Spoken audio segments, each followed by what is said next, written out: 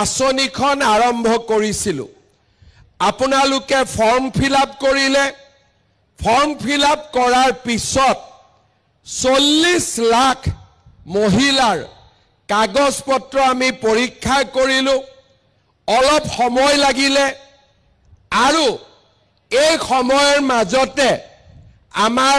কংগ্ৰেছ দলৰ মানুহবিলাকে উলিয়াই দিলে যে মামাই মিছাকৈ কৈছে এইবোৰ টকা নিদিয়ে তহঁতক এনে মিটিঙে লৈ ফুৰিছে কৈছিল না নাই তেনেকে আজি এতিয়া আপোনালোকে সকলোৱে গম পালে যে আমাৰ চৰকাৰে আৰু ভাৰতীয় জনতা পাৰ্টিৰ চৰকাৰে কোনো কথা মিছাকৈ নকয় যি কয় তাক কৰি দেখুৱায় হয় নে নহয় নে মই ভুল কলো নেকি তেলে সবে হাত চাপৰি এটা বজাব লাগে না নালাগে ঠিক আছে আজি আপোনালোক সকলোৱে বুজি পালে যে আমাৰ চৰকাৰে যি কথা কয় তাক আখৰে আখৰে পালন কৰে যোৱা বছৰ ইলেকশ্যনৰ আগত যেতিয়া আমি অৰুণোদয় আঁচনি আনিছিলোঁ তেতিয়াও আমাৰ কংগ্ৰেছ দলে কৈছিলে যে এইবিলাক ইলেকশ্যনৰ কাৰণে আহিছে 2 মাহ টকা পাব তাৰ পিছত বন্ধ হৈ যাব কিন্তু আজিলৈকে অৰুণোদয় আঁচনি বন্ধ নহল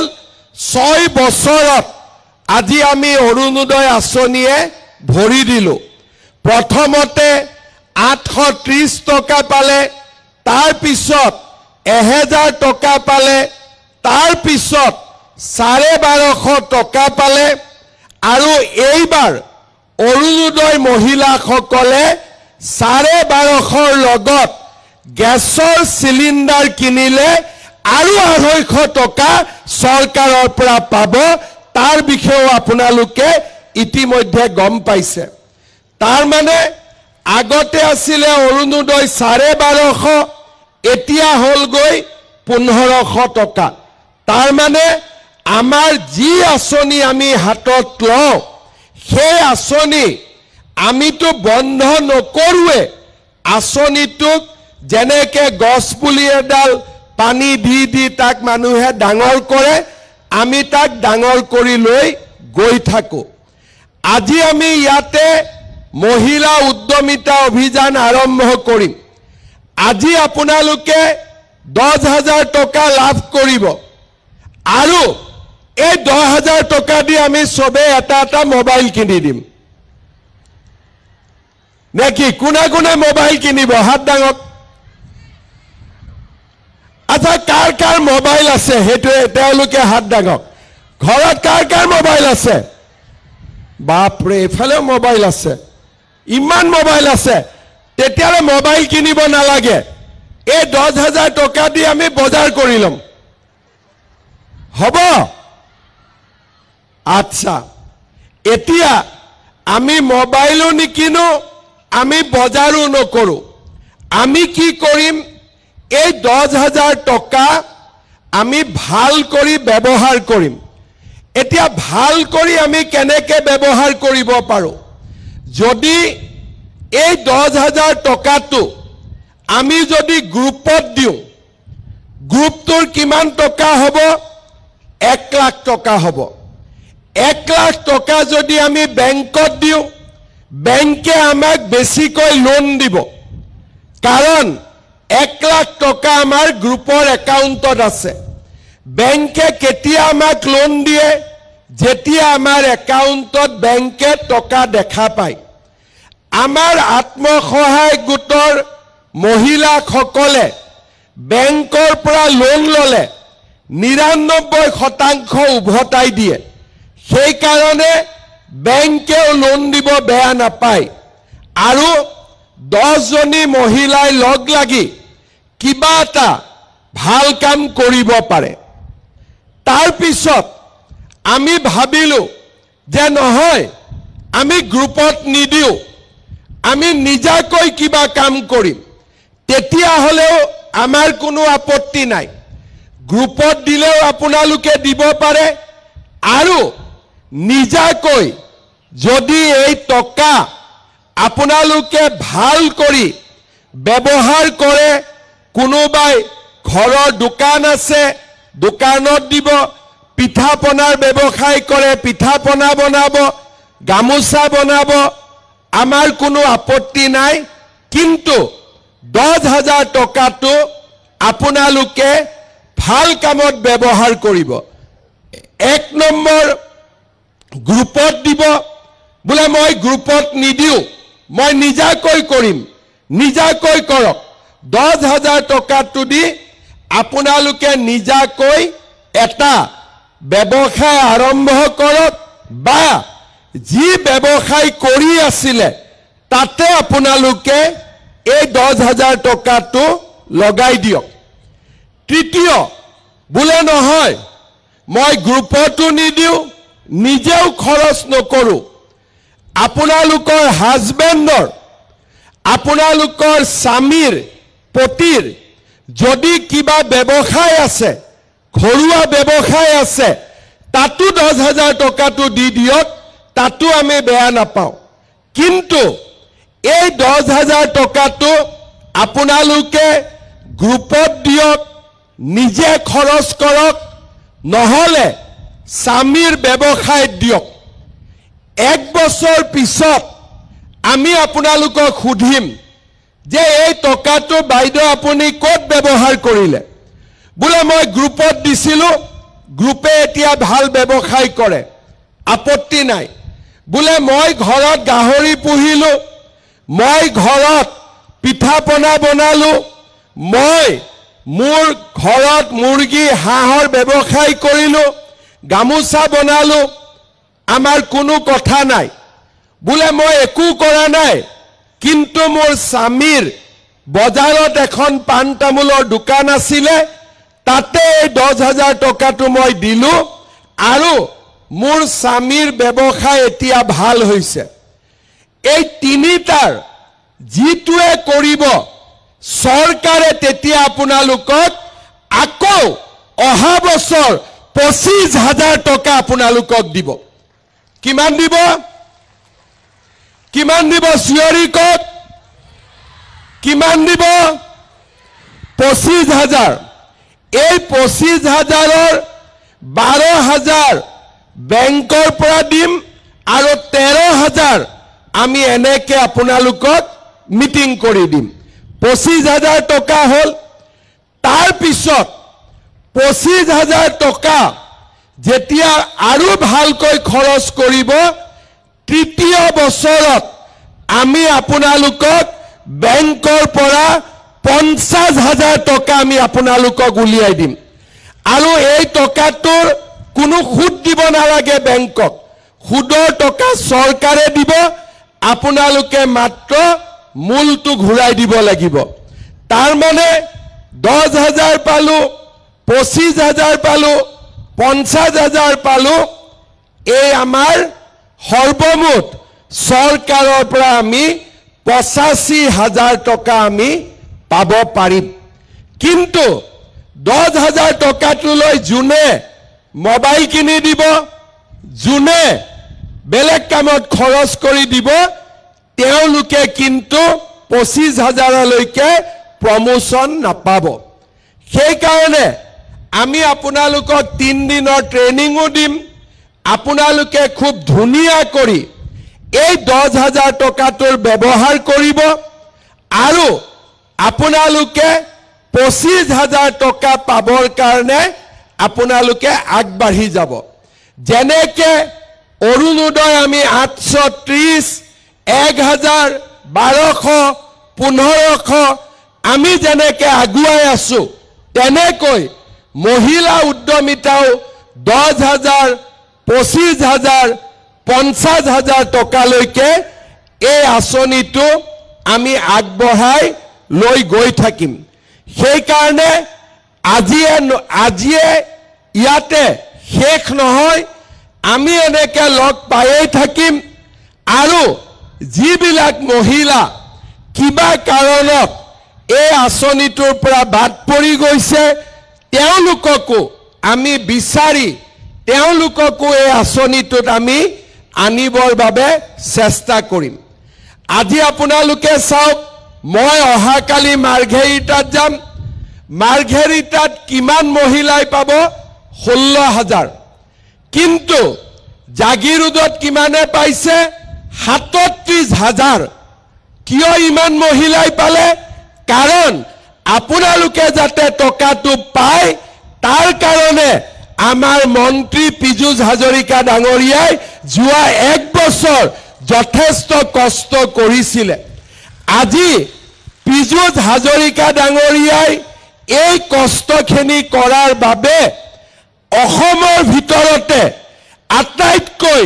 মোৰ জালুকবাৰীতকৈ বেছি জালুকবাৰীত মহিলাই পাইছে 12,000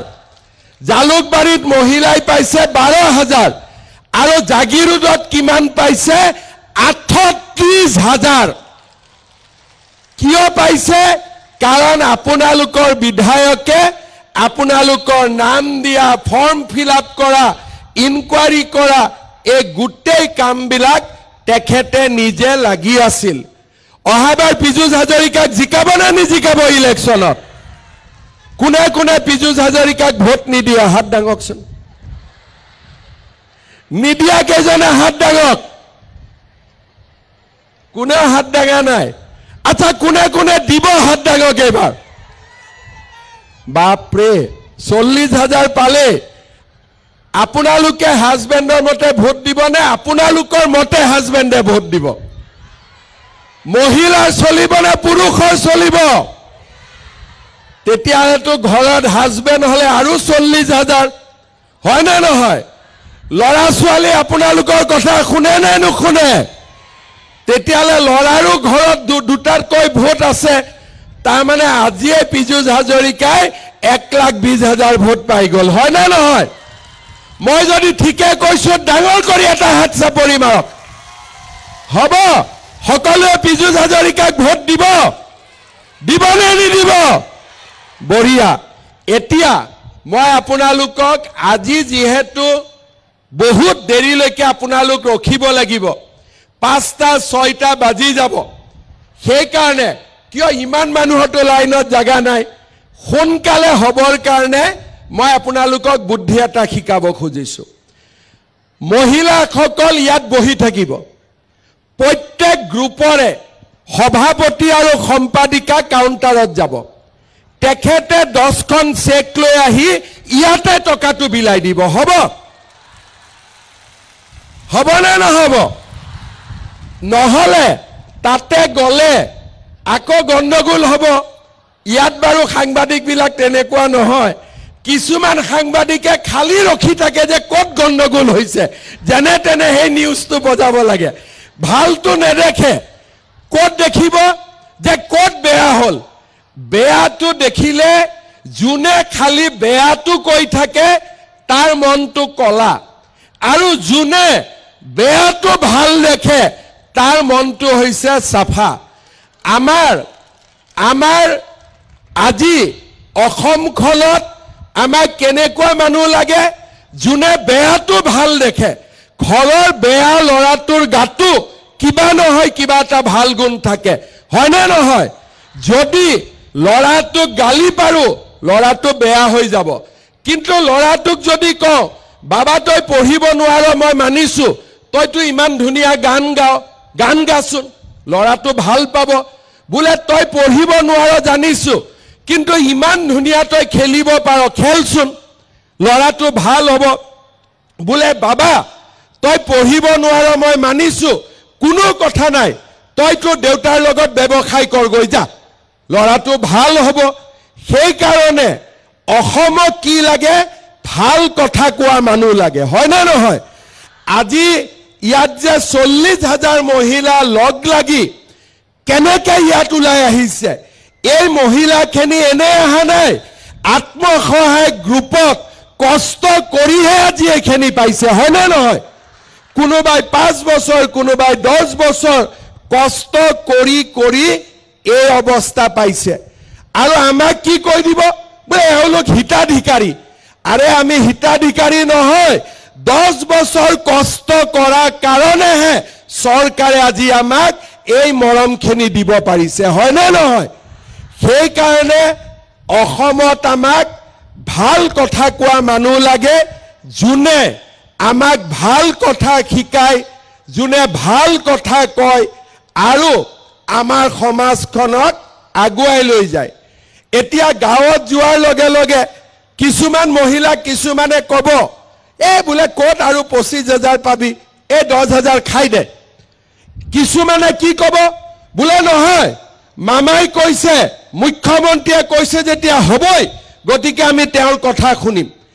তেনেকুৱা থাকিব। কেইজনমানে ভাবিব বোলে নহয় এইটো এনেই কৈছে নেকি। পিছৰবাৰ কি হ'ব, যেতিয়া 25,000 দিব মাতিম, তেওঁলোকে মনত কষ্ট পাই থাকিব যে আমাক নামাতিলে। কিয় নামাতিলো? কাৰণ তুমি আমাৰ কথা নুশুনি বেলেগৰ কথা শুনিলা। যোনে সদায় বেয়াটো দেখি থাকে। মই এটাই কথা কৈছো, আজিলৈকে মই যি কথা কৈছো এটা কথাও মই পালন নকৰাকৈ থকা নাই। আজি যেতিয়া কৈছো 25,000 পাবই, তাৰ গ্যাৰেণ্টিও মই আপোনালোকক আজিয়ে দি থৈ গৈছো। সেই কাৰণে মোৰ এতিয়া এটাই অনুৰোধ, কাউণ্টাৰ আছে পঞ্চায়ত অনুসৰি, মহিলা মাতৃসকল ইয়াতে ধুনীয়াকৈ বহি থাকিব, সভাপতি সম্পাদকসকল কাউণ্টাৰত যাব, চেকখন লৈ আহিব আৰু ইয়াতে আপোনালোকক বিলাই দিব, ঘৰত দিয়া নহ'ব, ইয়াতে দিব লাগিব, হ'ব? আৰু কাৰোবাৰ যদি ভুলতে চেকত যদি নামটো কিবা কাৰণত ভুল হয়, আপোনালোকে লগে লগে পীযুষ হাজৰিকাক আপোনালোকে কৈ দিব। আমাৰ অফিচ আছে, অফিচত গৈ ধুনীয়াকৈ নামটো লিখি দিব। আমি আপোনালোকক চেকখন লগে লগে বদলাই দিম। কাৰণ জীৱিকা সখী বাইদেউসকলে ফৰ্ম ফিল আপ কৰাৰ সময়ত যি নাম দিছিলে তাৰে আমি চেক বনাইছো। কিন্তু কেতিয়াবা ৰ ক অ আ কবাত ভুল হৈ যায়, একো চিন্তা কৰিব নালাগে। চেকখন পীযুষ হাজৰিকাক দি দিব, 5 দিন 4 দিনৰ ভিতৰতে তেওঁ ধুনীয়া কৰি বনাই আপোনালোকৰ ঘৰত আকৌ চেকখন দি আহিব, হ'ব? একদম বুজি পাইছে? এতিয়া কি হ'ব, আমি ধুনীয়াকৈ তাতে 10 গৰাকী মহিলাক চেক দিম, জনগণ মন গাম, আমি গুচি যাম, আপোনালোক বহি থাকিব, হ'ব? কিবা খাব দিছে নে নাই দিয়া? কিবা দিছে নেকি? কিবা কৰিছে? ভাত খাইতো অহা নাই আজি, নে আহিছে ভাত খাই? কোনেও ভাত খাই অহা নাই। কেইটাত আহিছিলে? 6টা নে 7টা নে 8টাত? বাপৰে, মইতো ইমান মহিলা জীৱনত একেলগে দেখা নাই। ইমান মহিলা মই জীৱনত একেলগে দেখা নাই। আজিয়ে মই ইমান মহিলাক জীৱনত একেলগে দেখিছো। সকলোৱে আশীৰ্বাদ কৰিব দেই, কৰিব নে নাই? আপোনালোকৰ আশীৰ্বাদ থাকিলে সব হৈ থাকিব। আৰু মাকৰ, বায়েকৰ, ভনীয়েকৰ আশীৰ্বাদ থাকিলে পৃথিৱীত কোনেও কাকো ৰখাব নোৱাৰে, সকলো বাধা অতিক্ৰম কৰিব পাৰি, হয় নে নহয়?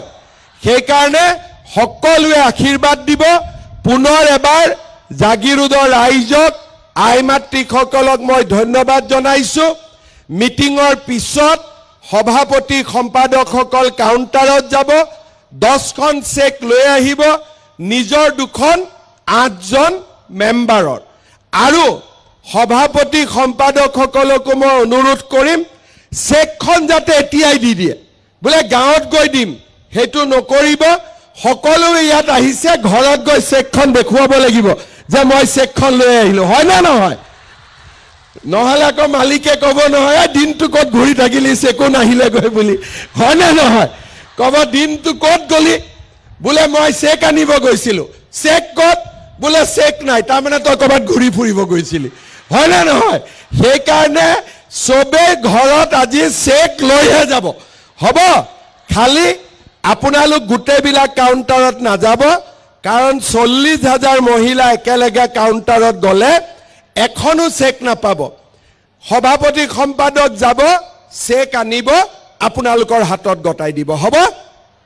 ঠিক আছে সবে বুজিলে একেবাৰে এতিয়া মই বহুত দীঘলীয়াকৈ নকওঁ 12টা বাজিছে আপোনালোকক অলপ সময় থাকিব লাগিব আৰু গৰমত নাথাকিব সকলোৱে আমাৰ ষ্টেজৰ ভিতৰত থাকিব নহলে বহুত গৰম আছে গৰমত আকৌ মূৰটোৰ ঘূৰাব সেই কাৰণে আপোনালোকে সুন্দৰ কৰি ডিসিপ্লিন কৰি জুনে চেক পাই যাব তেওঁলোকে লাহে লাহে গুছি যাব হ'ব চেক পোৱাৰ পিছত বহি নাথাকিব ধুনিয়াকৈ গুছি যাব জায়গাটো খালি খালি হৈ গৈ থাকিব হ'ব গতিকে আপোনালোকে একটা কথা মই খুদিব পাহৰি গলো ইলেকশনত বিজেপিক ভোট দিব নে নিদিব কোনে কোনে নিদিয়ে কোনে কোনে নিদিব নিদিয়া মানুহ আছে না নাই ঠিক আছে কোনে কোনে দিব এবাৰ হাত ডাঙক বা সবেটো হাত ডাঙি দিলে গতিকে একদম চিন্তা নাই মোৰ লগত একেলগে ধুনিয়াকৈ আকৌ এবাৰ কব ভাৰত মাতা কি প্ৰধানমন্ত্ৰী ডাঙৰীয়াৰ কাৰণে এইবোৰ কাম আমি কৰিব পাৰিছো সেই কাৰণে সকলোৱে এটা ডাঙৰ স্লোগানেৰে প্ৰধানমন্ত্ৰী ডাঙৰীয়াক আশীৰ্বাদ দিব নৰেন্দ্ৰ মোদী পীযুষ হাজৰিকা বহুত বহুত ধন্যবাদ জয় হিন্দ বন্দে মাতৰম